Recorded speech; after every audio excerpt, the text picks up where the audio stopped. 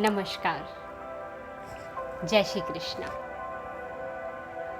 आप सभी को अधिक मास पुरुषोत्तम मास की बहुत बहुत बधाइयाँ हो। हमारे जीवन में अधिक मास प्रवेश कर चुका है। यह अधिक मास एक तरह का एक प्रतीक है, एक संकेत है कि हमें अपने जीवन में जितने भी सुख चाहिए वह सभी बहुत अधिक मात्रा में चाहिए। चाहे वह सांसारिक सुख हो, चाहे भौतिक सुख हो, चाहे आध्यात्मिक सुख हो, चाहे आयु का सुख हो, चाहे पैसे का सुख हो, यह हमें बहुत अधिक मात्रा में चाहिए। इस अधिकता को दर्शाता है यह अधिक मास। चाहे हमारे इसमें पुण्य की अधिकता क्यों ना हो, यह अधिक मास 3 वर्ष के बाद हमारे जीवन में हमेशा आता है। यह अधिक मास इतना ज़्यादा प्रभावशाली होता है तथा इतने पुण्य की प्रगति करने वाला होता है। कहा जाता है बाकी सारे महीने में आपका किया गया पुण्य इतना फल नहीं देता जितना इस अधिक मास में किया गया आपका पुण्य जप, व्रत, तप 16 लाख गुना ज़्यादा फल दे जाता है। आइए समझते हैं ये अधिक मास बनता कैसे है। वशिष्ठ ऋषि के अनुसार हमारे यहाँ ज्योतिषीय गणना में, पंचांगीय गणना में सूर्य मास और चंद्र मास दोनों का विधान है। यह 3 वर्ष बाद आता है अधिक मास, यानी 32 महीने 16 दिन और 8 घंटे बाद। यह हर बार हमारे जीवन में आता है। इसकी अगर गणना की बात की जाए तो जब सूर्य से इसकी गणना की जाती है एक वर्ष की, तो इसमें 365 दिन और 6 घंटे लगभग होते हैं। लेकिन जब चंद्र वर्ष की गणना की जाती है तो इसमें मात्र 354 दिन होते हैं। यह अंतर 3 साल में, यानी 1 साल में 11 दिन का अंतर होता है, और यह अंतर जब 3 साल में बढ़ता जाता है तो लगभग 1 महीने का अंतर आ जाता है।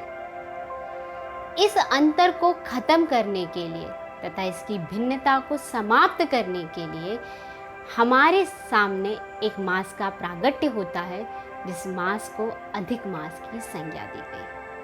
जो जो तिथियां घटाई गई, जो जो तिथियां बढ़ाई गई, उन सब के मेल से इस एक अधिक मास का निर्माण हुआ। लगभग 1 साल में मतलब कि 2 साल 4 महीने, फिर 2 साल 6 महीने, 2 साल 10 महीने और 2 साल 11 महीने बाद ये चक्र फिर से रिपीट होता है और हमारे जीवन में एक अधिक मास प्रवेश करता है। ये अधिक मास इतना ज़्यादा प्रभावशाली है कि इसमें किया गया पुण्य लाखों गुना पुण्य के फल को दे देता है, क्योंकि 16 लाख गुना फल हमें प्राप्त होता है। इसलिए इसको अधिक मास भी कहा जाता है। अब बात आती है कि इस मास को मलमास भी क्यों कहते हैं या पुरुषोत्तम मास क्यों कहते हैं। वैसे अब इसको मलमास कहना हमने बंद कर दिया है, क्योंकि अगर नारायण की जिस पे कृपा होती है, अगर नारायण की मल पर भी कृपा, मल समान तुच्छ वस्तु पर, यानी जिसका उपयोग ही नहीं है, उस पर भी अगर कृपा होती है तो वो पुरुषोत्तम बन जाता है, उसमें भी गुण उत्पन्न हो जाते हैं। इसी प्रकार इस मल मास पर जब नारायण की कृपा हुई तो ये कैसे महान बना, इसको समझाते हुए हमारे शंकर भगवान ने बहुत अच्छी एक स्तुति करते हुए भगवान को पुरुषोत्तम कहते हुए, संबोधित करते हुए कहते हैं माता पार्वती से कि हे उमा सुनो, जब व्यक्ति, एक तुच्छ सा व्यक्ति जब संसार के किसी अन्य व्यक्ति की सेवा करता है और एक व्यक्ति भगवान की सेवा करता है, भगवान के समान ऋषि मुनियों की सेवा करता है, तो फल तो दोनों को ही मिलता है, क्योंकि सेवा का फल तो विफल नहीं हो सकता ना, फल तो दोनों को मिलता है।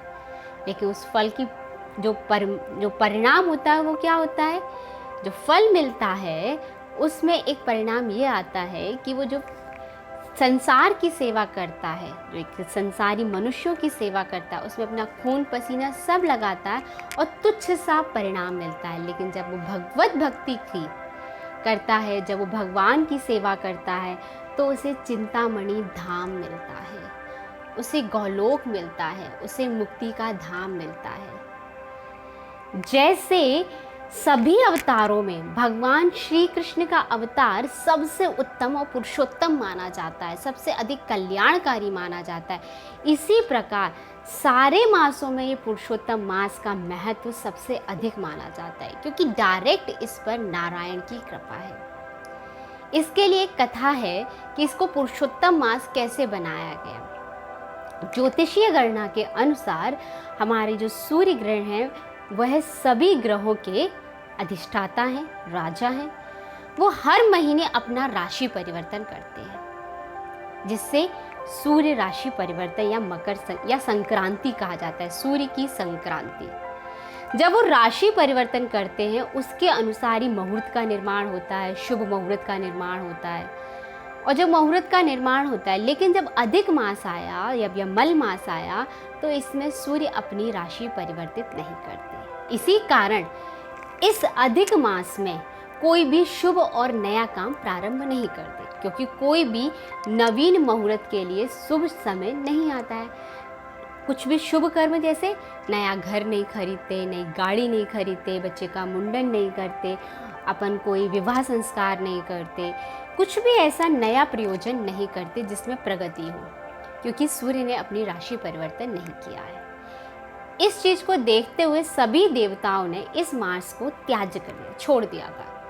जब देवताओं ने छोड़ा तो हर महीने का एक देवता भी अधिष्ठाता होता है, सभी ग्रहों ने छोड़ा, तो ये मास में जो देवी हैं वो बहुत उदास होकर रोने लगी और कहने लगी, हे भगवान, क्या मेरी उपयोगिता ही नहीं है, क्या मेरा कोई महत्व ही नहीं है।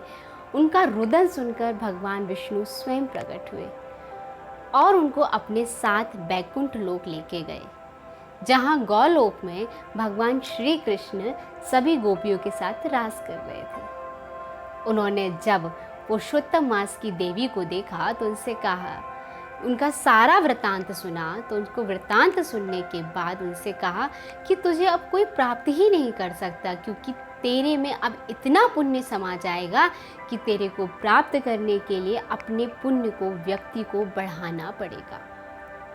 ये पुण्य इतना बढ़ाना पड़ेगा। इस बात को सुनकर भगवान श्री कृष्ण ने अपना नाम भी उस पुरुषोत्तम मास को दे दिया, इसलिए उसे पुरुषोत्तम कहा गया। पुरुषोत्तम मास, भगवान श्री कृष्ण का नाम एक पुरुषोत्तम भी है।